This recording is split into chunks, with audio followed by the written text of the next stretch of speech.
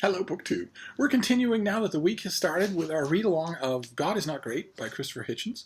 I'm doing this read-along with David Murphy, and we're doing it in a slightly unconventional way. We're reading a chapter every weekday until we finish, reading and discussing a chapter every weekday.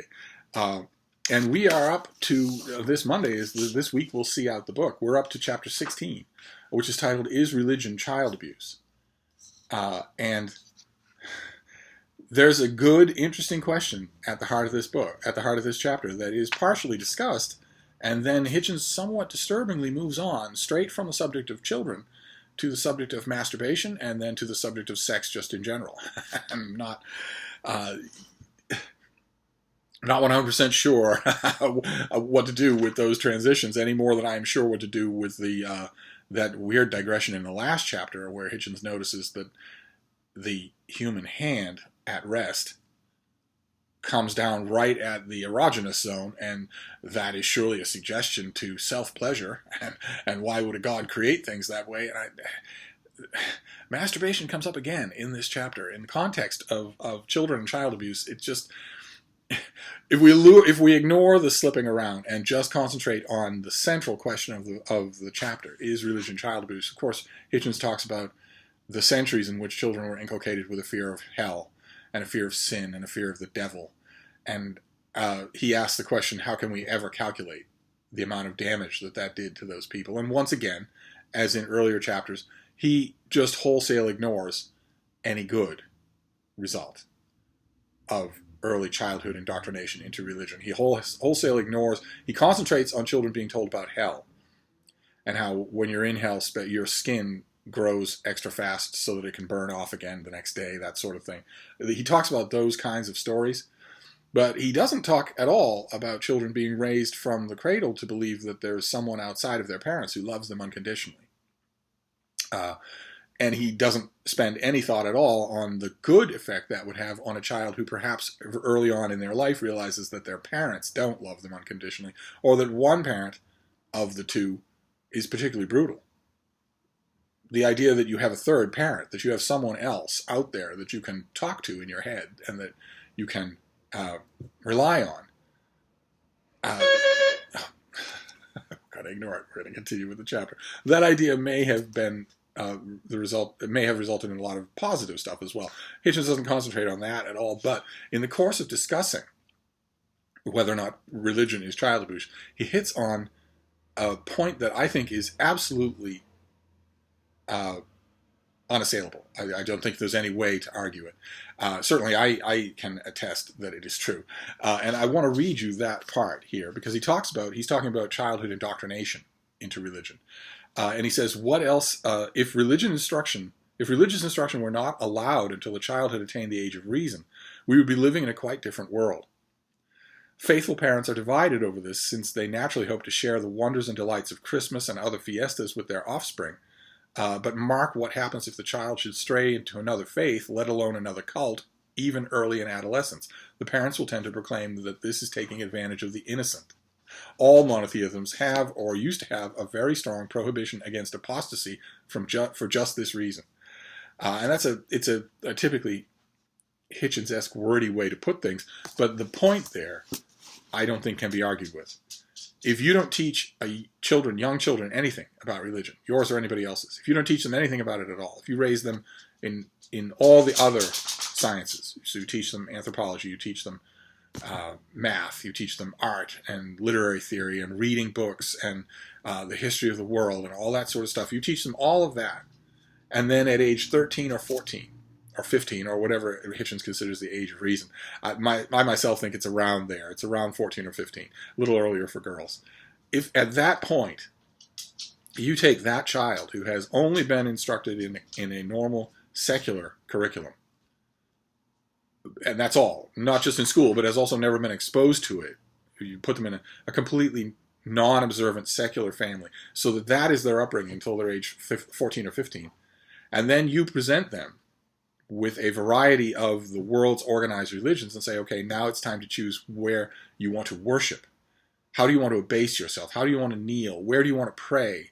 What kinds of spiritual doctrine do you want to impose upon yourself now that you're old enough to make that decision on your own? No child will make the decision. Every single child, if the hypothetical child who's raised to that point and reaches that area where, and then is presented with those religions, every single one of those children will say, I don't want any of these. Why would I do that? Why on earth would I do that? This is totally extra to anything else that I need or want in my life. There is the heart of the point that Hitchens is making in this chapter is, he says that the point is child abuse. I say the point is indoctrination. If you don't indoctrinate children into a religion, not just Christianity, but any religion, if you don't indoctrinate children, the religion dies in the next generation. I have heard it said so many times by religious apologists. I have heard it said so many times over the decades that part of the reason why that they hold faith that there is a God is because humans are wired to believe. That's absolutely not true. That is absolutely not true. You raise a human without belief, they will not tend to believe. They will not do it. It will strike them as a weird idea that you are presenting now. Okay, I just turned 15. I thought you told me that this week we were going to start to introduce me to calculus. Instead, you're saying, okay, this is the religious system according to which you have to organize your life, and here are the ritual requirements, here are the dietary requirements, here are the marriage requirements, here are this is a list of people that, according to this religion, you can like, and this is a list of people you can't like, and now you have to choose. Which is it going to be? Is it going to be Hinduism? You have to memorize all of the details, all of the rituals. You have to know it all. Is it going to be some form of the 11,000 splinter groups of Christianity? Which is it going to be? Before we go on to calculus, you need to decide this. There isn't a child anywhere in that circumstance that would say, oh, okay, great. I felt an open need to abase my inner self, to worship something. I'm glad now that I'm finally realizing what that inner need is. That inner need does not exist. The religions in adults are the product of child indoctrination, mulched over and chewed upon by an adult brain that refuses to go all the way back and just uproot the whole thing. The adult brains in the question, even the really smart ones who have embraced their religion on an intellectual as well as an emotional level, haven't dug down deep enough to realize this is all just coming from childhood. All of it is. This is not coming from anywhere else. This is something you were taught. And that point is a good one. It's larded over a lot by a lot of digressions. It's larded over by a lot of talk of things that aren't connected with it. But I like that point in this chapter. I've heard it. Other so-called new atheists have also made this point many times. Many of the more strident ones haven't asked the question. They've simply said what Hitchens clearly means in this chapter, which is that religious indoctrination is child abuse. Some of them make a much stronger point of it than that, and a lot of them make the point too strongly. So they start to veer into inaccuracy. But at its heart, that there's no question in my mind, none whatsoever, that is absolutely true. Not necessarily the child abuse, but the childhood origin of religion. If you don't indoctrinate people into religion, you don't get them. You just don't.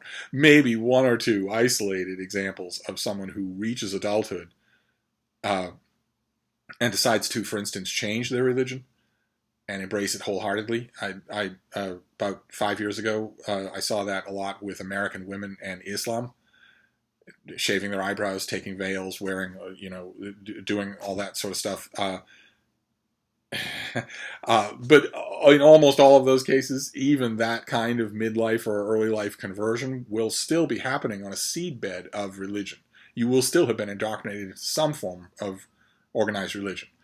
It takes a lot to uproot that indoctrination, to truly get rid of it. If you don't get rid of it, you'll think that you have when you embrace some new religion, when really you're just changing plants in the garden bed. But the garden bed has stayed cultivated to religion. It takes a lot to uproot it. War will do it. A murderous childhood in a crime-ridden area will sometimes do it. In my case, genuinely personal, genuine interaction with non-human species, none of whom are religious, did it.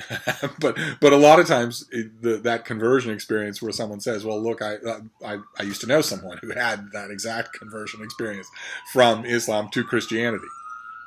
And he was a wonderful guy, really smart, really charismatic. And when he decided to embrace his new faith, he did it with all the energy in the world.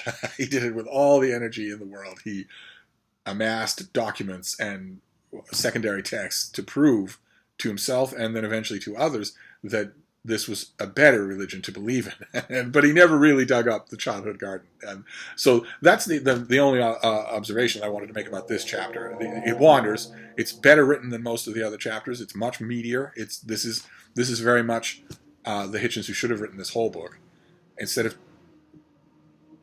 falling for the lure of cheap shots, which he often does in the course of this book.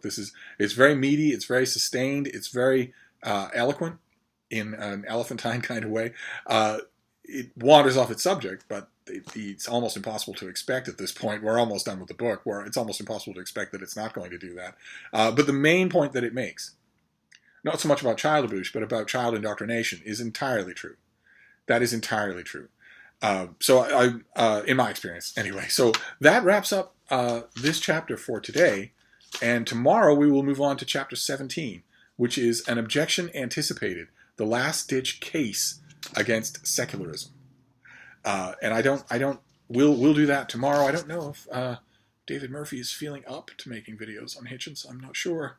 He went to the Minnesota State Fair, and he did the Minnesota State Fair in the way that Minnesotans tend to do, in the way that people tend to do in Minnesota, where they just...